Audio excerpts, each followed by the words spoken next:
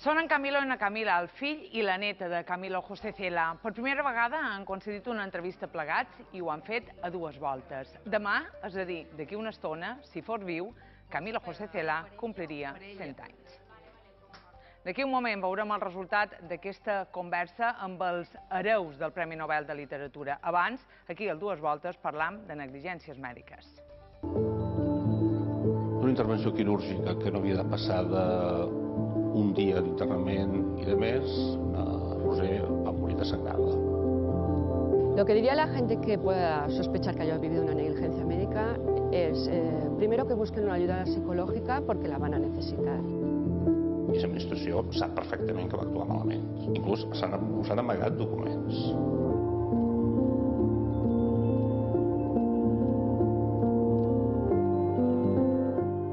Yo me operé en el año 2003 de miopía en los dos ojos. Es una operación estética, la finalidad era poder dejar de llevar lentillas. Yo llevaba hasta entonces lentillas blandas toleradas perfectamente y cuando me cansaba de las lentillas alternaba con las gafas. Veo que transcurren 2 días y yo todavía no me puedo incorporar ni de casualidad al trabajo.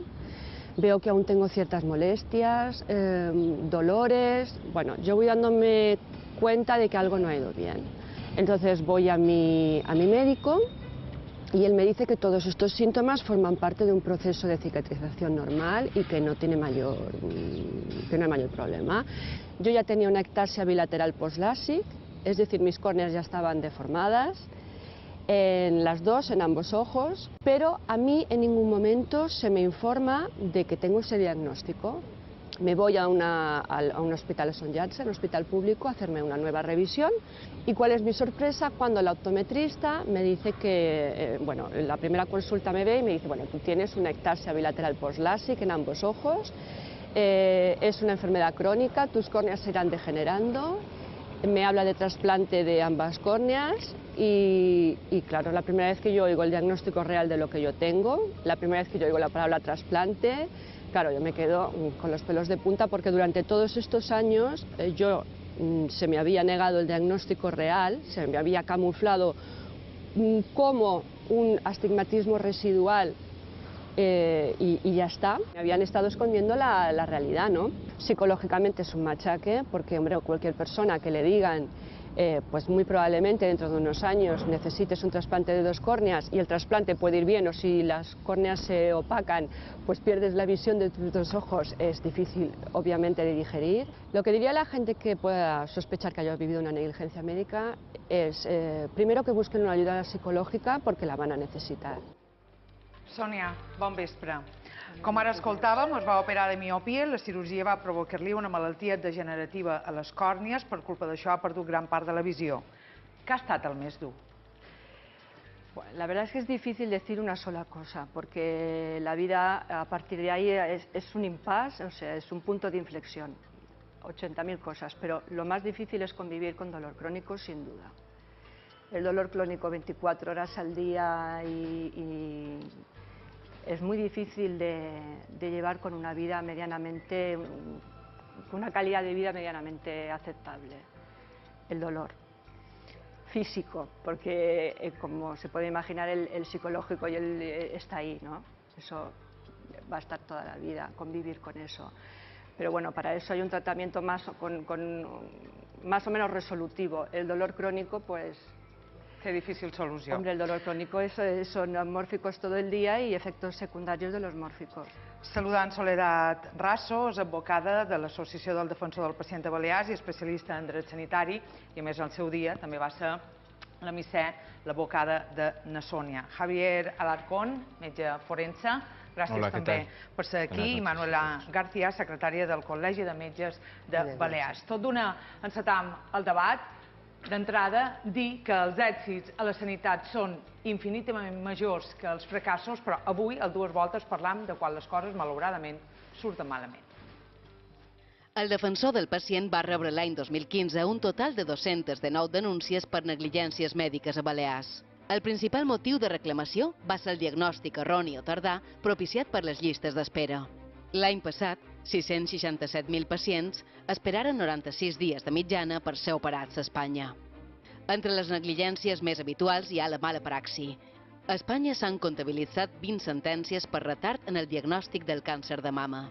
Una de les xifres més dramàtiques han estat les 49 denúncies amb conseqüència de mort per retard de l'ambulància. 152 nadons han nascut amb alguna discapacitat fruit d'una possible negligència mèdica. 33 casos d'operacions oftalmològiques amb mal resultat. 101 casos de discapacitat en pacients després d'intervencions quirúrgiques. 37 casos de contagi per hepatitis C a causa de transfusions de sang i fins i tot 96 casos d'afectades per depilació làser amb mal resultat. De totes les denúncies que es reben, entre el 30 i el 40% arriben als tribunals i la resta queda pel camí per falta de mitjans econòmics dels afectats o per prescripció dels casos. Puntualitzar una dada, en el vídeo dèiem que els pacients en llista d'espera per ser operats a tot Espanya l'any passat era de 567.000, això és el que toca dir, i no 667.000, com ha sortit, com dèiem, en el vídeo. Feta aquesta puntualització, més coses. Quan els casos arriben als tribunals, els casos de presumpta negligència mèdica arriben als tribunals, què passa? Fixin en la percepció que té el carrer sobre si la justícia és o no imparcial en els casos, com dèiem, de presumpta negligència mèdica. La justicia no sabe mucho de medicina, está más con el médico muchas veces. No es leal, en una palabra. Defiende más al médico que al paciente. Mi hija es médico, para empezar. Y los médicos lo que siempre se juntan y se defienden unos a otros. Esto lo tengo yo clarísimo. El pez grande siempre se ha comido al chico. Y será y seguirá siendo toda la vida. Si tienes dinero, puedes salir adelante con un pleito. Si no tienes, no vas a salir. Están protegidos por el gobierno porque son funcionarios y bueno, la tenían que hacer muy gorda para que se pusieran de parte del paciente. Que els metges fan cosa entre ells i entonces no hi ha manera de sortir endavant en cap tipus de reclamació ni denúncia. Porque entiendo yo que en principio el hecho de que el médico haya adoptado unas medidas pues ya da una sensación de que ha actuado bien. Deu médico, nena, porque o paciente, pobrecito, que va, deu médico. Dependeix de que el metge sigui persona, una bona persona. Soledad, escoltam com els ciutadans tenen la percepció que els tribunals, la justícia se posa dels costats dels metges. Vostès, Missé, ¿tienen raó o se equivocan? Bueno, felizmente no es así tanto como lo que cree la gente de la calle. De hecho, pues precisamente tenemos bastantes demandas ganadas. Lo que pasa es que hay que demostrarlo.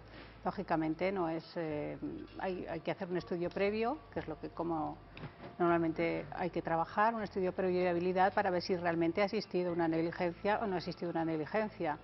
Y en función de ese estudio que está hecho por profesionales sanitarios, especialistas en la materia de la que se trate, pues ya se decide si se interpone una demanda o no se interpone. Felizmente se ganan muchas demandas.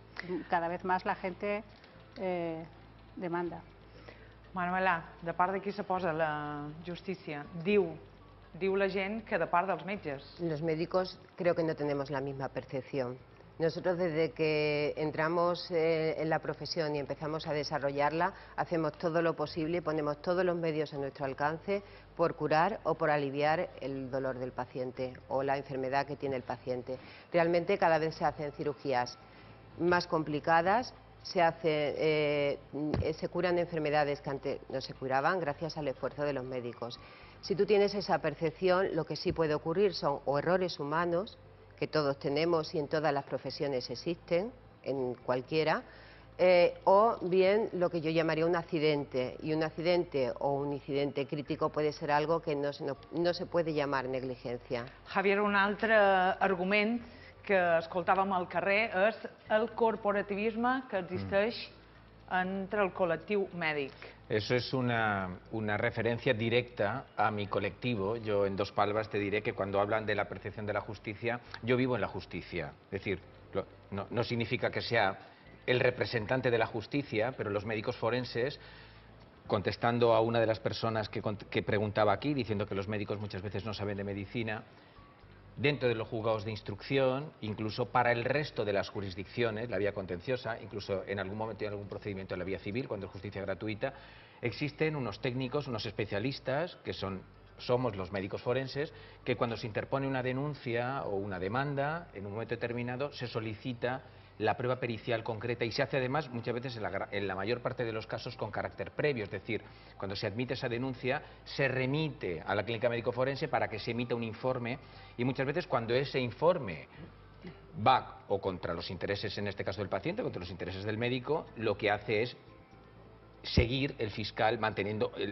proceder el fiscal a mantener la acusación contra ese médico o bien hacer un sobreseimiento provisional o un archivo a ese procedimiento. Por tanto, estoy en absoluto desacuerdo en el sentido de decir que la justicia, han hablado de peces grandes, de funcionarios, ¿no?, de los médicos como grandes. Es decir, nosotros en la clínica médico-forense evaluamos todos los temas de una forma completamente objetiva y siguiendo, evidentemente, unes directrices estrictament professionals. Sònia, també hem escoltat com algú diu només si tens tot bé es pots guanyar un pleit. Bueno, es obvio que si cuanto mejor esté preparado lo que vayas a argumentar, y esto está claro, ¿no? Es decir, yo creo que es una obviedad. I el corporativisme, com en aquest cas afectada, l'ha notat, l'ha patit? El corporativismo en el sector médico, totalmente, totalmente, sí, sí, sí. Totalmente. I els tribunals de hecho, se decanten pels metges? Escolten a les dues yo creo que parts? los tribunales hacen su trabajo como todo el mundo intenta hacer su trabajo correctamente y no, a efectos tribunales no. Per què se produeixen les negligències? ¿Por qué se producen las negligencias? Habría que preguntarse.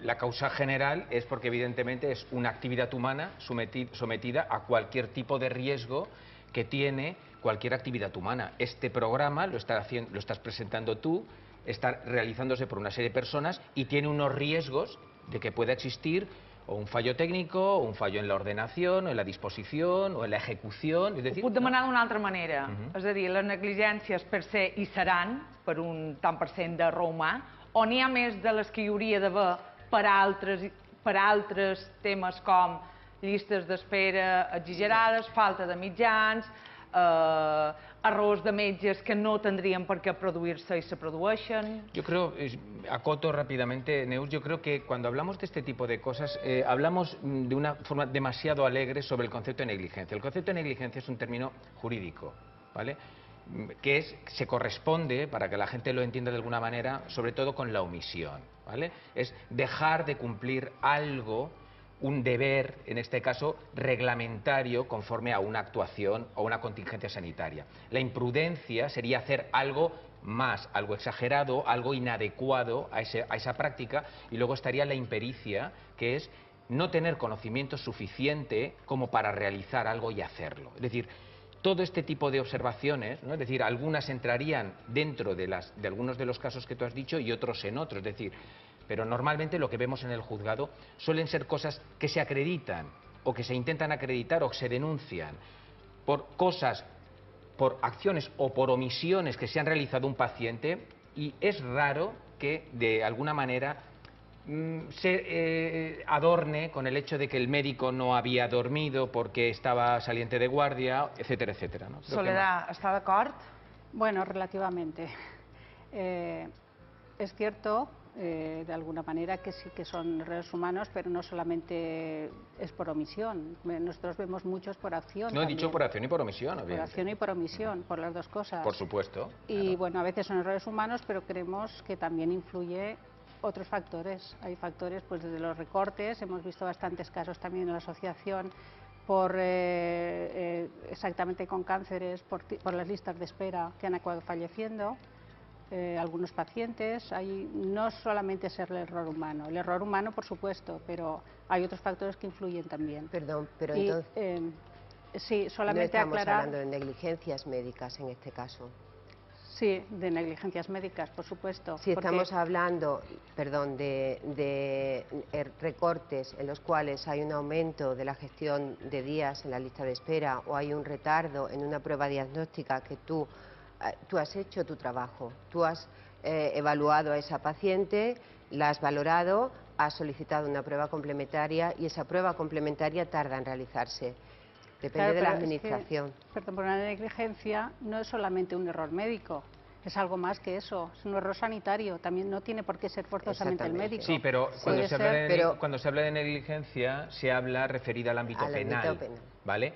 Si es por un retraso de una lista de espera, perdona, Soledad, si es por un retraso de una lista de espera, el pleito es contencioso, la vía que tú utilizas para la reclamación de ese error no es realmente una negligencia, no es un concepto jurídico penal como tal, sino que es un retraso de la administración a la hora de, o el mal uso de los servicios públicos, claro, y que tiene una vía de acceso distinta que es la vía contenciosa. Vale, pero no deja de ser una negligencia. No, de hecho, las vemos tanto en la vía contenciosa como en la penal como en la civil. No deixa d'haver-hi una el concepto de negligencia, prudencia, si solo profesional y buscamos pericia son desde el conceptos punto de médico-legales. vista puro y duro negligencia como definición, lo que dice el Código Penal por negligencia, pero si hablamos de negligencia como errores que tienen lugar tanto por médicos como personal sanitario como por cualquier cosa, es que para mí negligencia... Sí, pero es para ti. No, no es para mí. Pero el concepto no nos lo podemos inventar. Pero es decir, para la gente de la calle. Estos conceptos no, es como el concepto de violación. El concepto de violación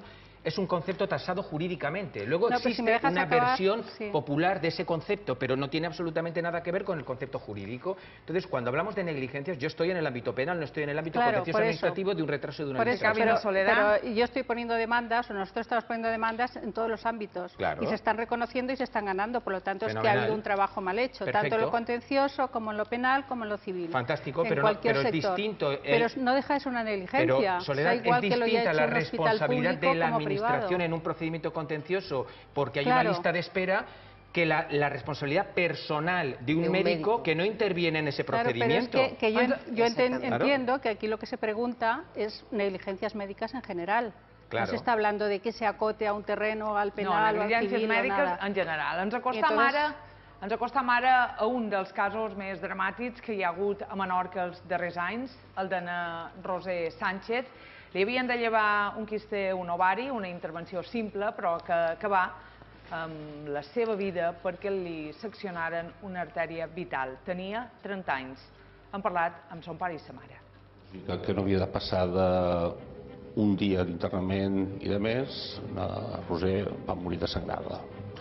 Desangrada per les ferides que va provocar la intervenció quirúrgica que va fer amb Mateu Orfila. Se la va traslladar a Palma, però després del judici que es va veure el juny de l'any passat a Barcelona, sabem que la situació, quan va sortir de Menorca, ja era irreversible. Lamentablement, ho van saber el juny de l'any passat, al cap de 7 anys. Se li van provocar unes ferides que van seccionar artèries vitals. Aquestes artèries vitals no es van poder reparar a Menorca, o no es van saber reparar a Menorca, i va ser traslladada en una situació, no sé si esperaven, pràcticament un milagre. La ferida se li provoca a les 11:30 del matí, aproximadament 12 menys 20. Ella surt amb l'helicòpter a les 3 menys quart del cap vespre i arriba a les 4 menys quart a Son Dureta, feia mort cerebral. Vas comprendre molt malament i ho vius cada dia.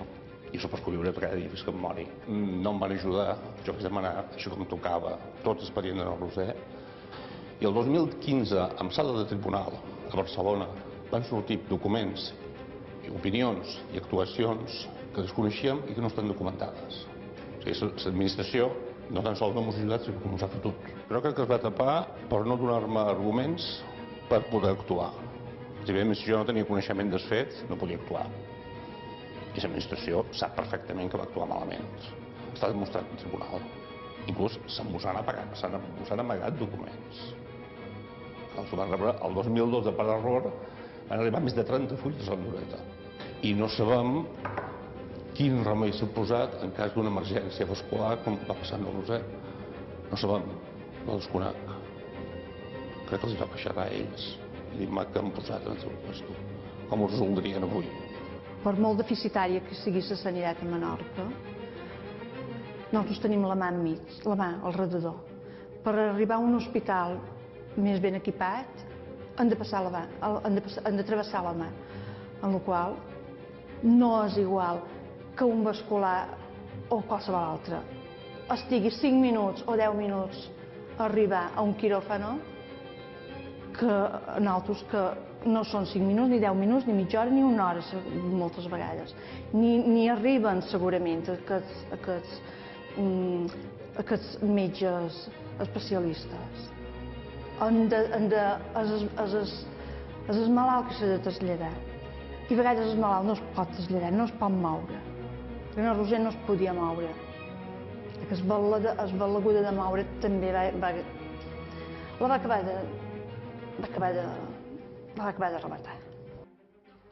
Finalment, l'estiu passat, un jutjat de Barcelona va donar la raó als pares i els va reconèixer el dret a ser indemnitzats, però l'assegurança ha recorregut la sentència. Els pares, en tot cas, estan disposats a anar al Suprem si fa falta. Coses que hem sentit que han dit. L'administració no ens ha ajudat, diu el pare d'Anna Roser. Ens ha fotut, diu, literalment. Existeix transparència per part dels hospitals respecte a les negligències mèdiques? Yo pienso que sí, que hay una total y absoluta transparencia y además hay un análisis casi sistemático de incidentes críticos en muchos hospitales, que es como nosotros le llamamos, incluso cuando no hay ningún daño para el paciente. Hay una serie de instituciones en las que se analizan qué es lo que está ocurriendo en ese momento para, de alguna manera, proteger al paciente y para mantener la seguridad del paciente en una etapa posterior. Soledad. Pues no lo vemos de la misma forma.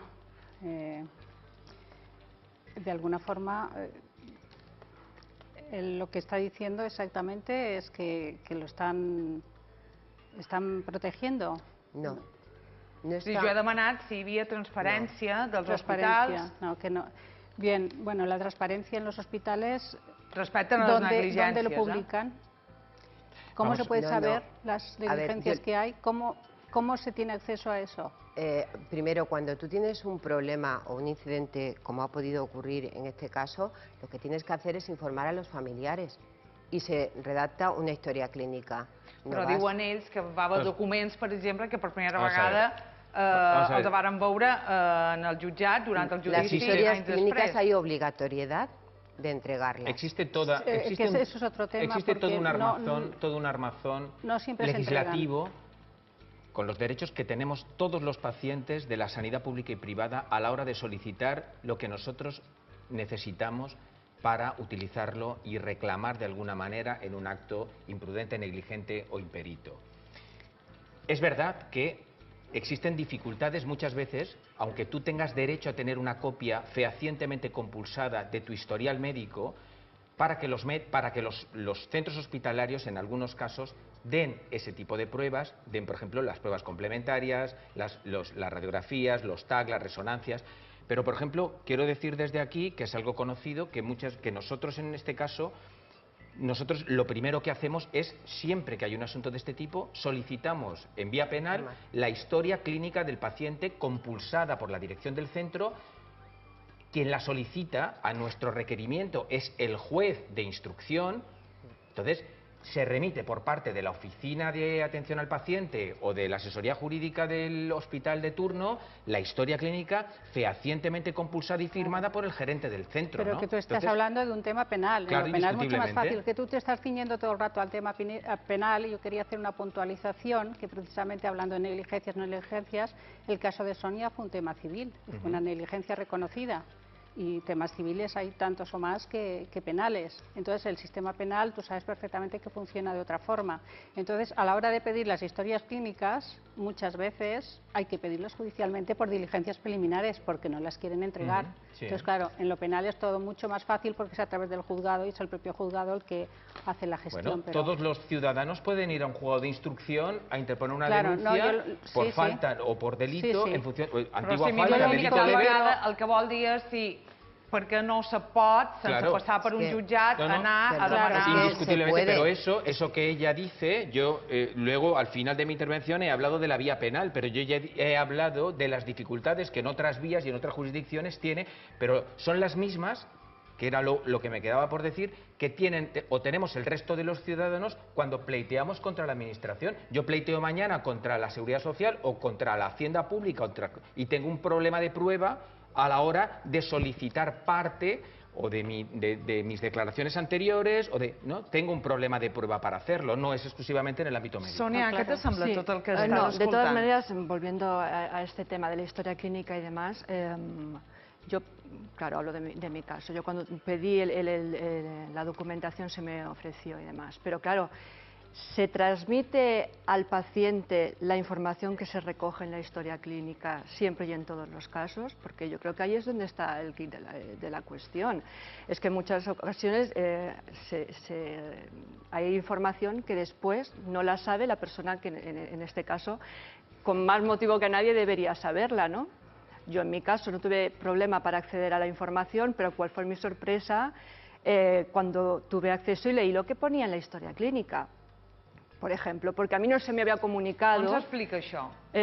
Lo que allí constaba, y en mi caso en concreto hacía años donde ya había una sospecha de lo que efectivamente tenía, había unas recomendaciones, había unas anotaciones, en ningún momento se me transmitió esa información que como usuario, o sea, que como paciente, y en este caso era la paciente, era la que con más motivo debía tenerla.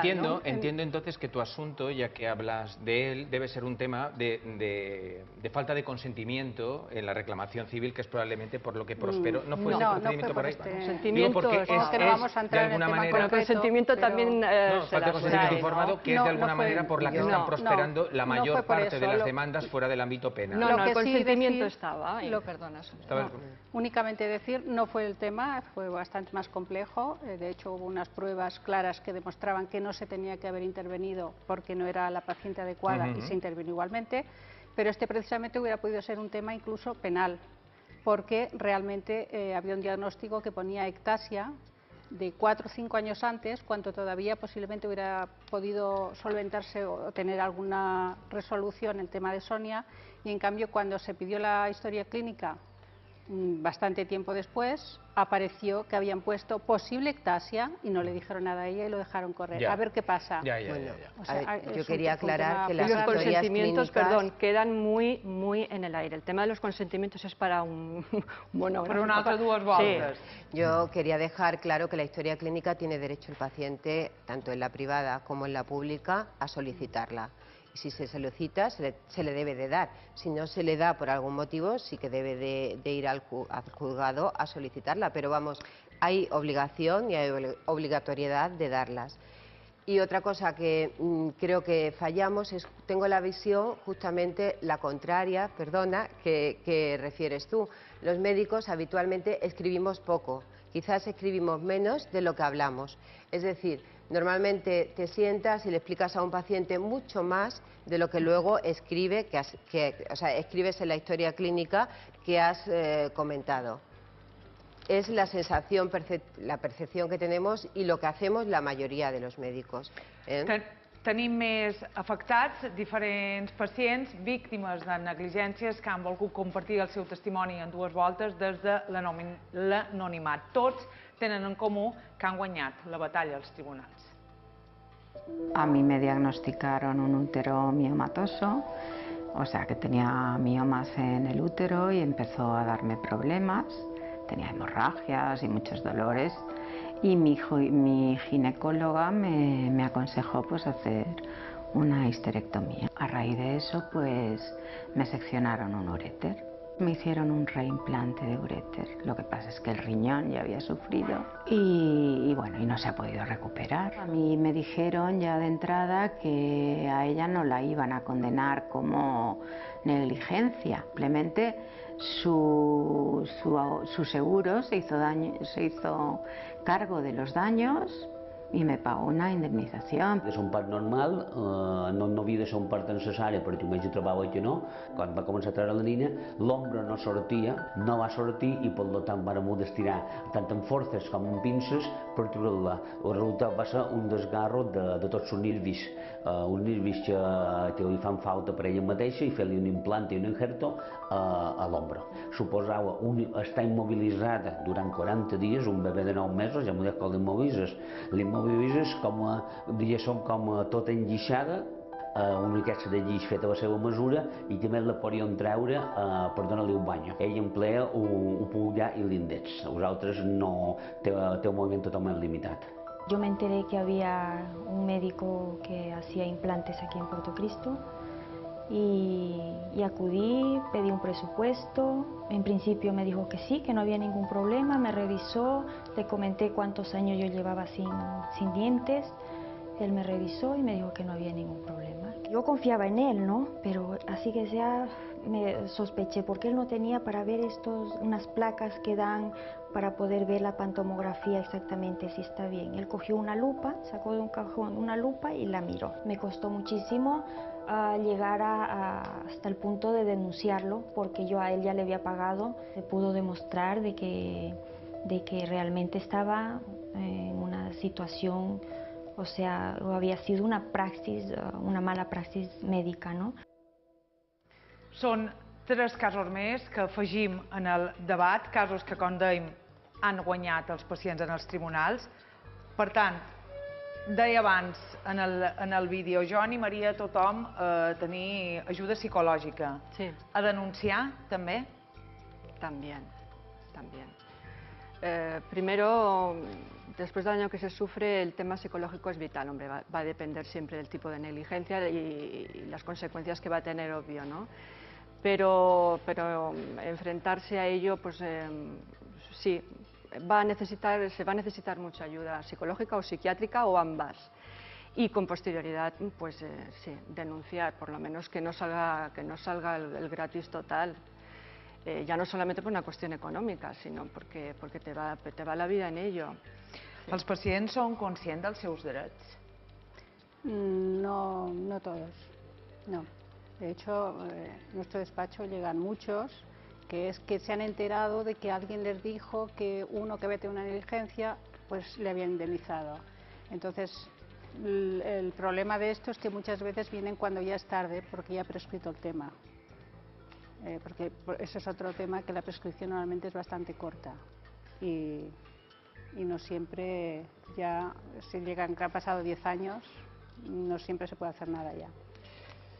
No, yo quería decir que yo he intervenido en asuntos precisamente similares a los que, es decir, son patología, lamentar que los pacientes se encuentren un poco en estas situaciones, evidentemente, pero que muchas veces en este tipo de casos, por ejemplo el tema del uréter o el tema muchas veces del sufrimiento fetal agudo o la parálisis braquial producida por la utilización de un forceps, son causas donde se establece un riesgo respecto a esa intervención o a la colocación de un implante. Es decir, y antes hablaba del consentimiento informado, el médico habitualmente, y eso sí que se ha depurado mucho dentro de la praxis médica, tienen hojas de consentimiento concretas, detalladas, donde se establecen cuáles son los riesgos habituales, los riesgos más frecuentes de que los pacientes que se someten a intervenciones puedan tener una lesión de ese tipo. Por ejemplo, hablaban de la del uréter en una histerectomía, muy frecuente porque anatómicamente está muy cerca.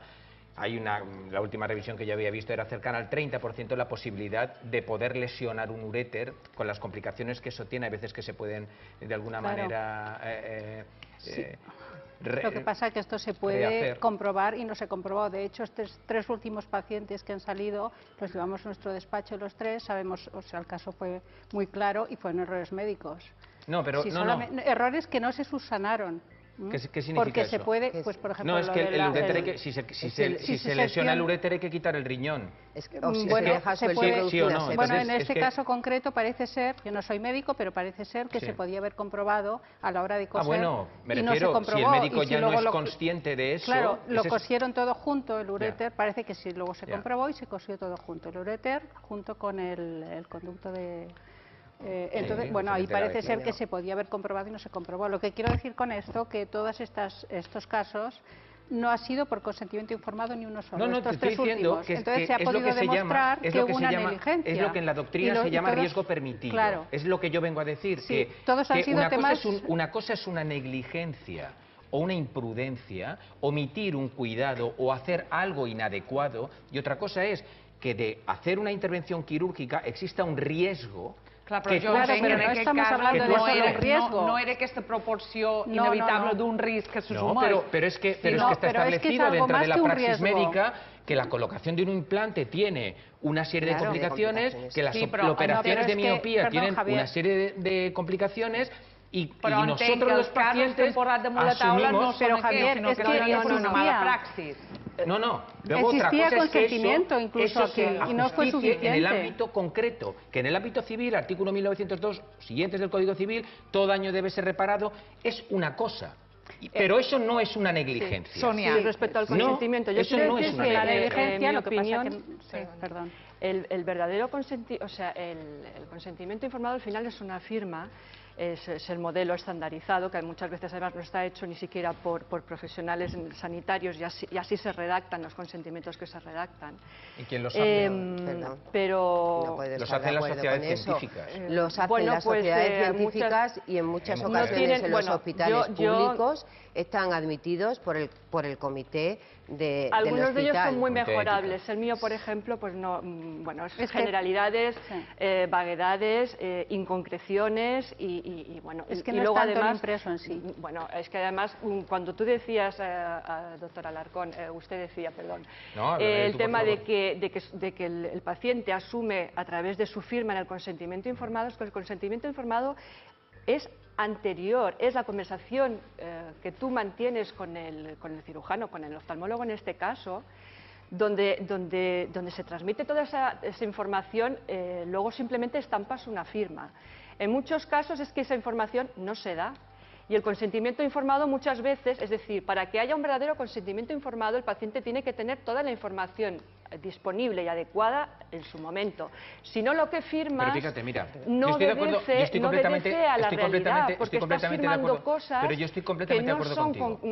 no son lo que, desgraciadamente, bueno, después con lo que te encuentras en los casos en los que ocurre lo que ocurre, es que el consentimiento informado no es ni la mitad de las consecuencias. Pero yo te explico en dos palabras, y si me permites, Neus. El problema que tiene el podría consentimiento concretarlo. informado tiene un ámbito objetivo, se puede hablar mucho sobre eso, yo he estudiado mucho el consentimiento informado, un ámbito objetivo y un ámbito subjetivo. Para empezar, no todo el mundo es capaz de entender la información médica, que es absolutamente técnica. A ti te van a operar de miopía, si te tienen que hablar de lo que tienen que hacer, no todo el mundo es capaz de entender técnicamente eso. Es decir, hay un elemento subjetivo. Es que no hay ninguna obligación, faltaría. Pero lo que te vengo a decir es que la mayor parte de las tienen demandas la contra los obligación médicos hoy en día prosperan por explicarlo defecto con palabras que entienda el paciente. por defecto de consentimiento. La mayor parte de las demandas que se ganan a los médicos son por defecto de consentimiento. Por lo tanto, los médicos son los primeros interesados en que eso, porque ahí no se rige por el tema de la inversión de la carga de la prueba, hay una parte técnica en esa, que es el médico el que debe demostrar que informó al paciente, que es en el único momento donde no se invierte la carga de la prueba, con lo cual el médico es el primer interesado en que la información que está dando cuando está anestesiando a alguien sea toda la información que pueda, no tiene que mentir a nadie. Pero el problema es médico, que otra cosa es que sea hace. responsable, El ¿vale? problema de no algo, se hace. pero no tiene por qué engañar El problema a es nadie. que muchas veces lo que hacen es dar los folios al paciente para que diga firme aquí y ya está, No, para se lo que le lleva a su podamos casa. operar. No, Sí, muchas veces esto ocurre así, ¿eh? Que he d'introduir dos temes més. No. No, quería decir solo del consentimiento informado porque yo los hago y, por ejemplo, yo soy anestesióloga y, evidentemente, informo que una persona sana tiene un riesgo de 1 cada 185.000 actos anestésicos de complicarse por el propio acto anestésico, lo digo cada vez, y damos un consentimiento que el paciente se lee previamente y le preguntas además si tiene alguna duda. Entonces, tienen que ser dudas al respecto, y cuando lo firman saben lo que está firmando. A veure, que queden molt pocs instants. Casos de metges que hagin admès una negligència, n'hi ha? Sí, claro que los hay, hay un problema adicional. Yo he tenido en mi vida 2 médicos asesinos, ¿no? Es decir, el doctor Oinse y un señor húngaro que está en el centro penitenciario de Palma, que igual está viendo el programa. Yo he tenido hasta médicos asesinos, es decir, por supuesto que sí. Lo que pasa es que luego hay un problema adicional a eso. Muchas veces los médicos, que son plenamente conscientes de que en un acto se han equivocado, ha existido una complicación, por lo que sea, ha habido un riesgo, que es lo que se llama riesgo permitido, aunque luego civilmente se le pueda condenar, no penalmente. Y entonces ese tipo de cosas ocurren y los médicos son los primeros que muchas veces lo reconocen. El problema muchas veces es que las compañías de seguros que aseguran los riesgos de los médicos no quieren pagar las indemnizaciones hasta que el juez no les condena, aunque el asegurado les diga que ha cometido algún acto que realmente de alguna manera es denunciable. Esto nos ha ocurrido en nuestro despacho, de llamar a un médico, 2 para ser exactos, que no es muy corriente, que que se reconozca de entrada el fallo y decir, hable usted con mi compañía aseguradora a ver si llegan a un acuerdo. Y la compañía ha dicho, hasta que no iba a un juez no pensamos pagar. Yo creo que eso no es tan raro. Es decir, el médico cuando actúa correctamente y hay un problema, él ve el problema y no tiene ninguna intención, se quiere dejar al paciente cubierto y para eso tenemos un seguro de responsabilidad civil. Lo ideal sería, si yo hago una lesión, que pueda decir que mi seguro de responsabilidad civil lo indemnice. Lo que no quiero es que me digan que lo he hecho mal tampoco, ni que he sido negligente, porque igual no lo he sido. Yo he hecho todo lo que tenía que hacer. Esa es la situación. Eso ya es otro tema. El hecho és que si un médico ja reconoce que la companyia ha de pagar... Ho hem de deixar aquí, no tenim temps per més. Moltíssimes gràcies a tots per haver passat avui per dues voltes, especialment a Sònia, que ha vengut a parlar en primera persona i això sempre costa una mica més. Gràcies. Fem una aturada curta per la publicitat. No se'n vagin perquè després parlam amb en Camilo i na Camila.